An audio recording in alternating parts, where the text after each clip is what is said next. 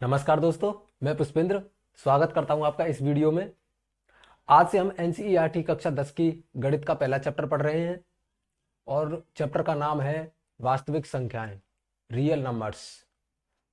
तो हम किसी भी चैप्टर को पढ़ेंगे तो सबसे पहले उस चैप्टर के हम कॉन्सेप्ट को पढ़ेंगे, फिर उसके बाद उस चैप्टर में जितने भी आपके उदाहरण दिए हैं, एग्जाम्पल दिए हैं, उनको करेंगे और फिर एक्सरसाइज में जितने भी आपके क्वेश्चंस दिए हुए हैं उनको हम सॉल्व करेंगे।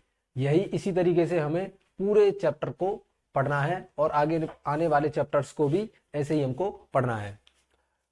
तो सबसे पहला चैप्टर है आपका वास्तविक संख्याएं।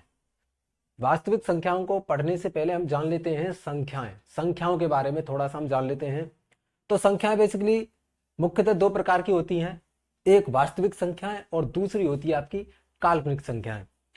तो काल्पनिक नाम से ही पता चल रहा है, यानी कल्पना में हमारे जिनकी कल्पना की जा सकती है, बस ये वास्तव में होती नहीं है, बस इनकी क्या है, कल्पना की जाती है। ये संख्याएं वो संख्याएं होती हैं जिनकी मात्र कल्पना की जा सके। जैसे आप देख सकते हो एग्जाम्पल में, जैसे -√2, -√3, ये संख्या है। अगर इनको आप सॉल्व करने चले जाएंगे तो कोई निश्चित मान नहीं निकलेगा। ये मात्र और मात्र कैसी हैं, काल्पनिक संख्याएं हैं। संख्या में हम पढ़ते हैं प्राकृत संख्याएं, पूर्ण संख्याएं, पूर्णांक संख्याएं, परमेय संख्याएं, अपरमेय संख्याएं। ये वास्तविक संख्याओं में हम मुख्यतः पढ़ते हैं। तो जान लेते हैं। प्राकृतिक संख्याएं सबको पता होगा, वे संख्याएं जो एक से शुरू होती हैं और अनंत तक जाती हैं। यानी वे संख्याएं जो एक से शुरू होती हैं और अनंत तक जाती हैं। ये प्राकृतिक संख्याएं हमेशा धनात्मक होती हैं। प्राकृतिक संख्या हमेशा कैसी होती हैं, धनात्मक, और एक से शुरू होकर के अनंत तक जाती हैं। आगे देखिए, पूर्ण संख्याएं, होल नंबर्स क्या होते हैं। होल नंबर्स की बात करें तो ये 0 से स्टार्ट होते हैं। 0, 1, 2, 3, 4 और ये कहां तक जाते हैं, अनंत तक। तो आप देख पा रहे हो जो नेचुरल नंबर्स हैं और होल नंबर्स हैं उनमें सिर्फ क्या अंतर है कि वो नेचुरल नंबर्स एक से शुरू हो रहे हैं और जो होल नंबर है वो शून्य से यानी 0 से शुरू हो रहे हैं। आगे देखिए, पूर्णांक संख्याएं। पूर्णांक संख्याएं हम कह सकते हैं जितनी भी ऋणात्मक और धनात्मक संख्याएं हैं वो सभी क्या हो जाती हैं, पूर्णांक संख्याएं हो जाती हैं। देखिए, जैसे -4, -3, -2, -1, 0, उधर 1, 2, 3, 4। इधर बात करें तो ये अनंत तक जाएंगी और इधर बात करें तो ये भी कहां तक जाएंगी, अनंत तक जाएंगी। देखिए, पूर्णांक संख्याएं यानी इंटीजर्स नंबर्स, अगर आप 0 से इधर की तरफ देख रहे हैं तो इधर क्या है आपकी, ये आपको माइनस दिखाई देंगे, माइनस की यानी ऋणात्मक संख्या दिखाई देंगी, तो इनको हम बोल देते हैं ऋणात्मक पूर्णांक। और 0 से उधर की बात करें, धनात्मक की बात करें, पॉजिटिव की बात करें, तो ये क्या हो जाएंगे, धनात्मक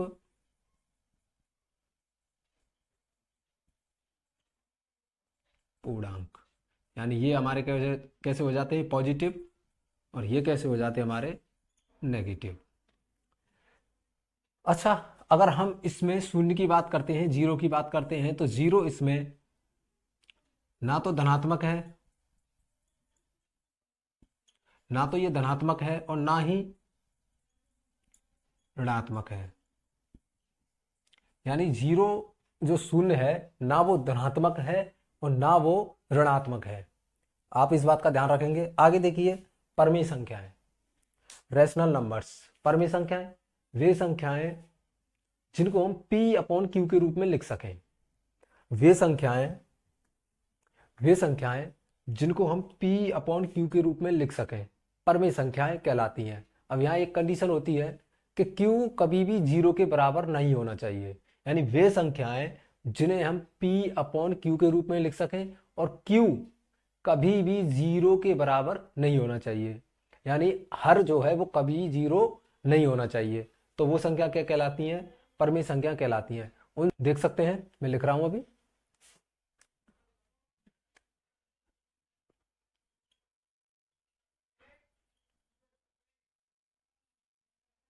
वे संख्याएं जो P अपॉन Q के रूप में लिखी जा सकें और Q बराबर कभी भी जीरो नहीं होना चाहिए, यानी जो आपका हर है वो कभी जीरो नहीं होना चाहिए। आप एग्जांपल देख सकते हैं, जैसे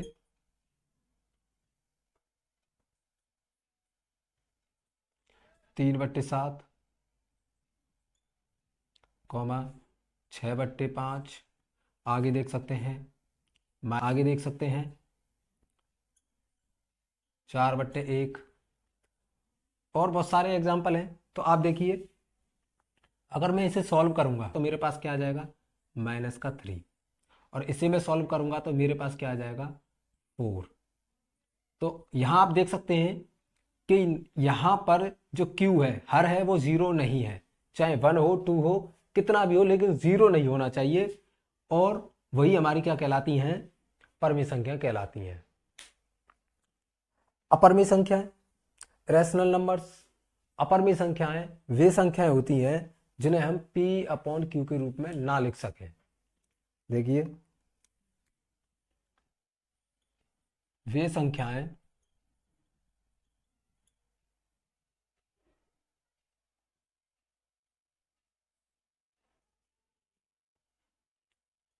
जो P अपॉन Q के रूप में नहीं लिखी जा सके। वे संख्याएं जो P अपॉन Q के रूप में नहीं लिखी जा सकें वो क्या कहलाती हैं, अपरमेय संख्याएं कहलाती हैं। आप एग्जांपल देख सकते हो, जैसे √2 हो गया, √3 हो गया, और आगे देख सकते हो जैसे आपका पाई का मान वैसे 22, पाई का मान जो होता है वो 22/7 होता है, लेकिन ये पूरा मान नहीं है। मान लेते हैं 22/7, लेकिन अगर इसको हम सॉल्व करने चले जाएं तो यहाँ पर पाई का जो मान है वो हो जाएगा 3.142, आगे आगे चलता रहेगा। तो इस पाई के मान को हम मान लेते हैं कि ये 22/7 है, लेकिन एक्चुअल में ये 22/7 होता नहीं है। इसका जो मान निकल के आता है वो P अपॉन Q के रूप में लिखा ही नहीं जा सकता है, इसलिए पाई एक क्या है, अपरमेय संख्या है। अगर आपसे 22/7 पूछे तो वो परमेय संख्या हो जाएगा, लेकिन पाई क्या है, एक अपरमेय संख्या है। आप इधर देखिए, अगर मैं बात करता हूं, ध्यान से देखना, ये परमेय संख्या है, यानी परमेय संख्याओं की जब मैं बात कर रहा हूं तो परमेय संख्याओं में हमारे माइनस का, यानी ऋणात्मक और धनात्मक दोनों संख्याएं आ रही हैं। आप देख पा रहे होंगे, परमेय संख्याओं में हमारी ऋणात्मक और धनात्मक दोनों संख्याएं आ रही हैं। और ऋणात्मक और धनात्मक दोनों संख्याएं हम कहाँ देख सकते हैं, पूर्णांक संख्याओं में। ये धनात्मक हो गई और ये ऋणात्मक हो गई। ऋणात्मक और धनात्मक संख्याएं हम कहाँ देख पा रहे हैं, पूर्णांक संख्याओं में। ये धनात्मक हो गई और ये ऋणात्मक हो गई। तो हम कह सकते हैं कि जितनी भी पूर्ण संख्याएं हैं वो क्या है, हमारी परमेय संख्याएं हो सकती हैं। जितनी भी पूर्ण संख्याएं वो हमारी क्या है, परमेय संख्याएं।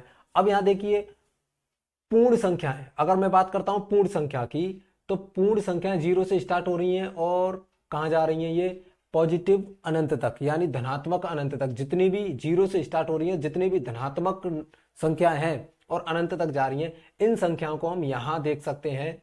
ये आप देख पा रहे होंगे, यानी 0 से ये भी अनंत तक जा रही हैं। तो हम कह सकते हैं कि जितनी भी पूर्ण संख्याएं हैं वे पूर्णांक संख्याएं भी हैं। जितनी भी पूर्ण संख्याएं हैं वे पूर्णांक संख्याएं भी हैं। और आगे देखिए, प्राकृत संख्याएं यानी नेचुरल नंबर्स की बात करें तो ये कहां से स्टार्ट हो रहे हैं, 1 से, और कहां तक जा रहे हैं, अनंत तक। यानी 1 से स्टार्ट हो रहे हैं, 1 से शुरू हो रहे हैं और कहां तक जा रहे हैं, अनंत तक जा रहे हैं। आप देख पा रहे होंगे, 1 से शुरू हो रहे हैं और कहां तक जा रहे हैं, ये अनंत तक जा रहे हैं। तो हम देख पा रहे हैं जितनी भी पूर्ण संख्याएं हैं उनमें प्राकृत संख्याएं भी हैं। जितनी भी पूर्ण संख्या है, होल नंबर्स हैं, उनमें क्या है, प्राकृत संख्या भी है। तो हम कह सकते हैं जितनी भी प्राकृत संख्या है, जितने भी नेचुरल नंबर्स हैं वो क्या है, सब होल नंबर्स भी हैं। यानी जितनी भी प्राकृत संख्या है वो क्या है, पूर्ण संख्याएं भी हैं। आप हम देख रहे हैं हम देख पा रहे हैं कि ये सभी क्या हैं, ये और ये परमेय संख्याएं हम इनको बोल सकते हैं, क्योंकि परमेय संख्याओं में धनात्मक भी आ रहा है, ऋणात्मक भी आ रहा है, और इन सबको हम क्या बोल सकते हैं, परमेय संख्याएं बोल सकते हैं। अगर हम बात करें वास्तविक संख्या है क्या है, तो वास्तविक संख्या की अगर हम बात करते हैं तो वास्तविक संख्या आप लिखेंगे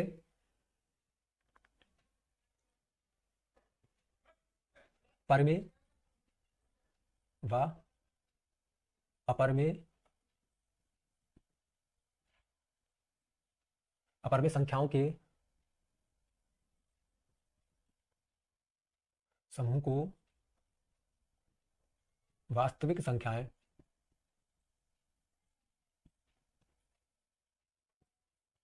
कहते हैं।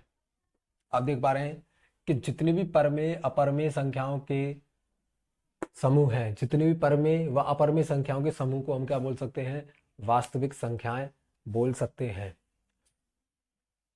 आप यहां तक नोट कीजिए या स्क्रीनशॉट लीजिए, आगे देखते हैं। अभी हमने जाना कि वास्तविक संख्या क्या होती है, परमेय संख्या और अपरमेय संख्याओं के समूह को हम क्या बोल देते हैं, वास्तविक संख्या यानी रियल नंबर्स हम कह देते हैं। अच्छा, आगे आपका यूक्लिड विभाजन प्रमेयिका। यूक्लिड विभाजन प्रमेयिका, सबसे पहले हम जानेंगे ये प्रमेयिका शब्द का अर्थ क्या होता है। प्रमेयिका एक सिद्ध किया हुआ कथन होता है जो अन्य कथनों को सिद्ध करने के काम आता है। प्रमेयिका एक सिद्ध किया हुआ कथन होता है जो अन्य कथनों को सिद्ध करने के लिए काम आता है। तो हम जान लेते हैं यूक्लिड विभाजन प्रमेयिका होती क्या है। तो सबसे पहले हम दो संख्या लेते हैं, जैसे मैंने यहाँ दो संख्या ली 31 और ये बड़ी है किससे, 5 से। ये मैंने दो संख्या ली।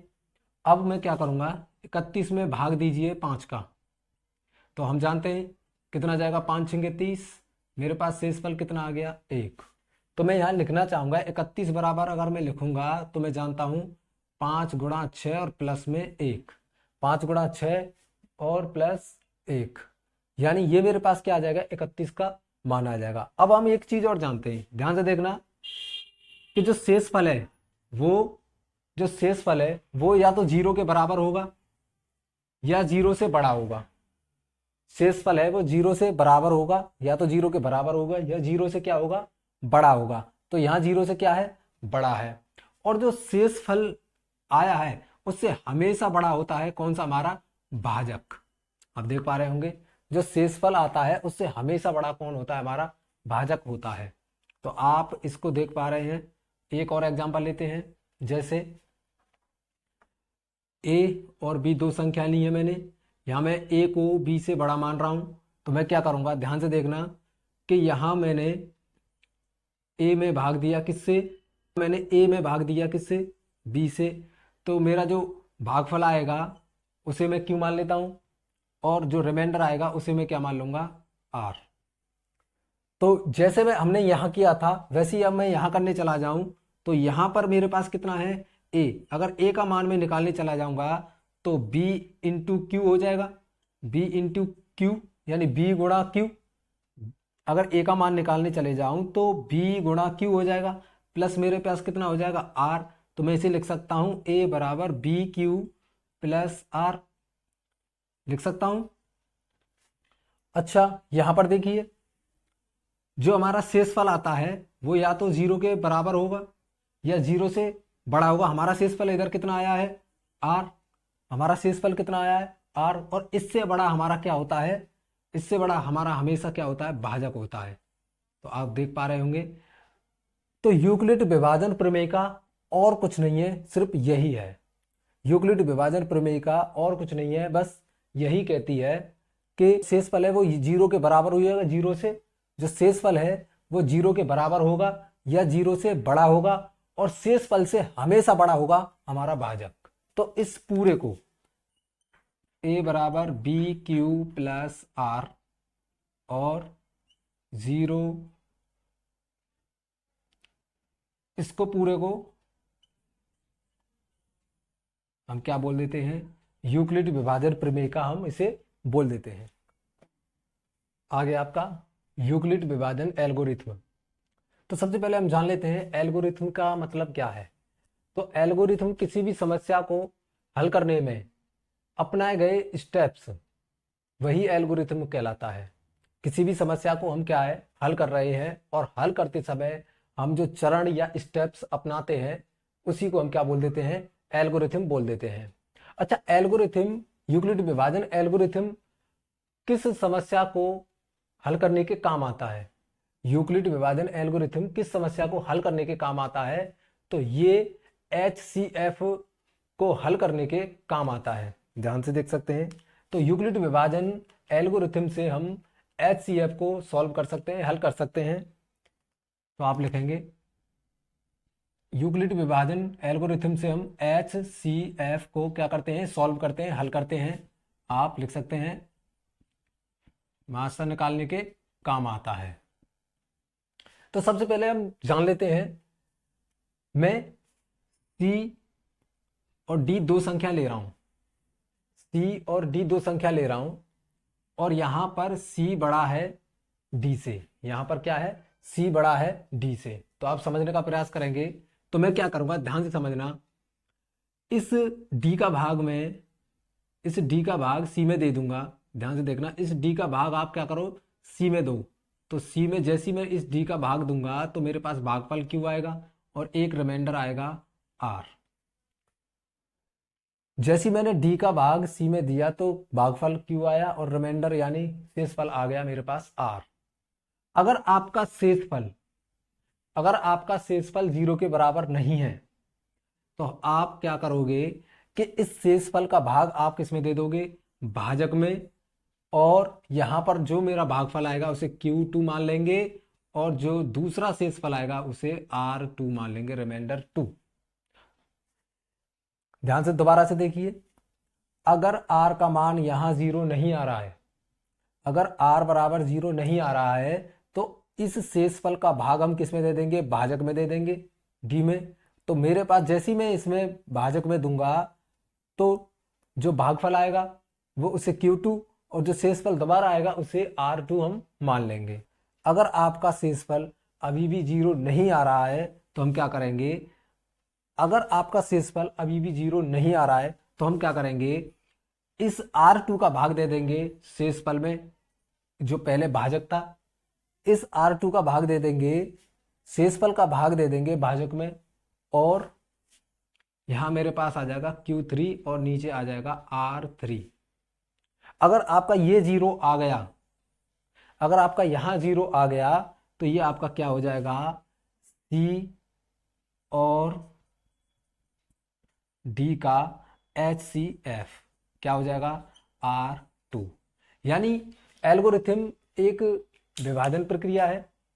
आप देख सकते हैं यूक्लिड विभाजन एल्गोरिथम यानी एक विभाजन प्रक्रिया है, और ये प्रक्रिया तब तक चलती रहेगी जब तक आपका जो शेषफल है वो 0 नहीं आ जाता।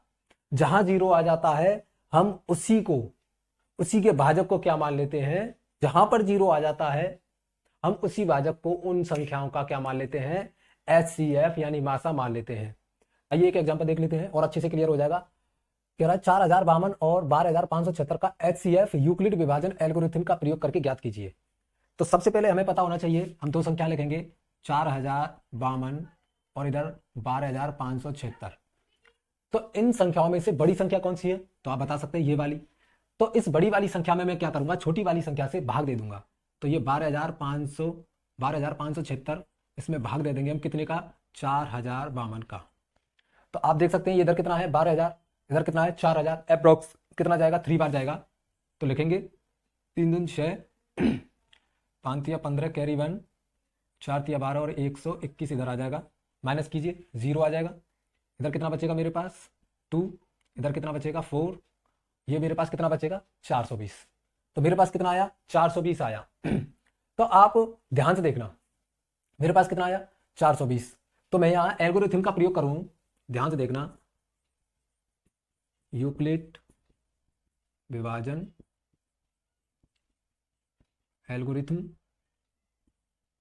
तो यहां पर हम स्टेप लिखते हैं। पहला स्टेप, जैसे 12576, इसमें मैंने, ध्यान से समझना, 12576 में मैंने भाग दिया था किसका, 4052 का।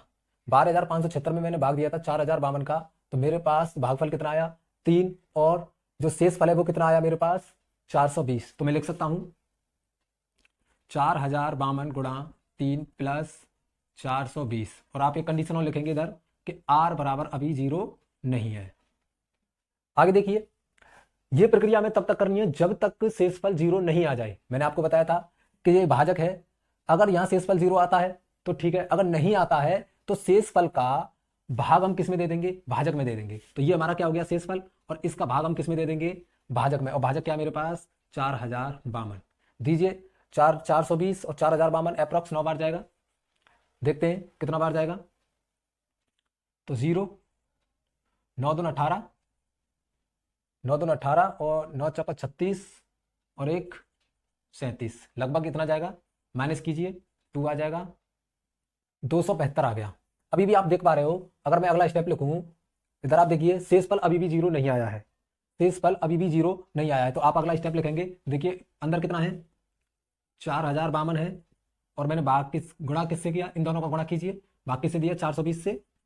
भागफल कितना आया मेरे पास 9, और शेषफल आया 272, लेकिन रिमाइंडर अभी भी 0 नहीं आया, शेषफल अभी भी 0 नहीं आया है। फिर से हम क्या करेंगे, अगर शेषफल 0 नहीं आया है तो हम क्या करेंगे, इस शेषफल का भाग फिर दोबारा से किस में दे देंगे, भाजक में। तो भाजक क्या मेरे पास 420, भाजक क्या मेरे पास 420 दीजिए, ये जाएगा एक बार तो 272 एक बार गया, माइनस कीजिए कितना आ जाएगा, इधर बचेगा मेरे पास और 148 आ जाएगा।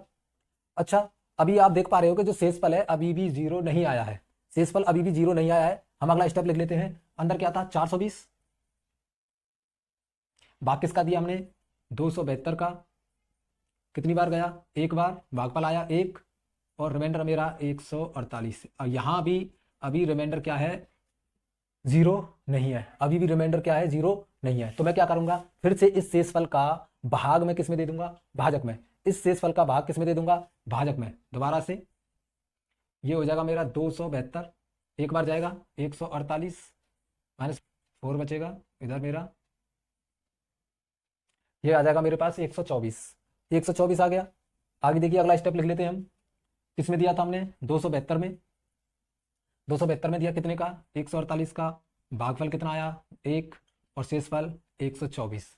यहां भी r बराबर अभी भी क्या है 0 नहीं है, अभी भी रिमाइंडर क्या है 0 नहीं है, अभी भी रिमाइंडर क्या है 0 नहीं है। आगे देखिए, अब ये शेषफल आया, इस शेषफल का भाग हम दोबारा से किस में देंगे, भाजक में देंगे। ये प्रक्रिया तब तक चलेगी जब तक 0 नहीं आ जाता है, हमारा शेषफल 0 नहीं आ जाता है। ये वाली प्रक्रिया तब तक चलती रहेगी तब तक हमारा शेषफल 0 नहीं आ जाता है। तो आप दीजिए 124 का भाग लगेगा 148 में, दीजिए कितना बार जाएगा, एक बार जाएगा, मेरे पास कितना बचेगा 4 2, यानी 24 बच गया। आप अगला स्टेप लिखेंगे, किसमें दिया है 148 में भाग दिया है कितने का 124 का, और मेरे पास कितना आया है, भागफल कितना आया 1, और शेषफल आया है 24, लेकिन रिमाइंडर अभी भी 0 नहीं आया है। 24 का भाग दीजिए, 24 का भाग दीजिए आप 124 में, कितनी बार जाएगा, ये जाएगा 5 बार, 24 पंजे 120 होता है। आप नीचे करेंगे, ये आ जाएगा मेरे पास कितना आ जाएगा 4। अभी भी मेरे पास क्या है रिमाइंडर, जो शेषफल है अभी भी 0 नहीं आया है। मैं स्टेप लिख लेता हूँ, 124 में भाग दिया है, किसका मैंने दिया है 24 का, और भागफल कितना आया मेरे पास 5, और शेषफल कितना आया है 4, लेकिन यहाँ भी रिमाइंडर क्या है 0 नहीं आया है, शेषफल अभी भी 0 नहीं आया है। आगे देखिए, इस 4 का भाग मैं किस में दे दूंगा 24 में, ये मेरे पास कितना है 24, इस 4 का भाग दे दूंगा 24 में, कितनी बार जाएगा 6 बार जाएगा, और आप देख पा रहे हो यहाँ शेषफल कितना आ गया है 0 आ गया है। और यहाँ शेषफल 0 आने का मतलब है कि ये हमारा क्या हो जाएगा, ये जो 4 है ये हमारा क्या हो जाएगा 4052 और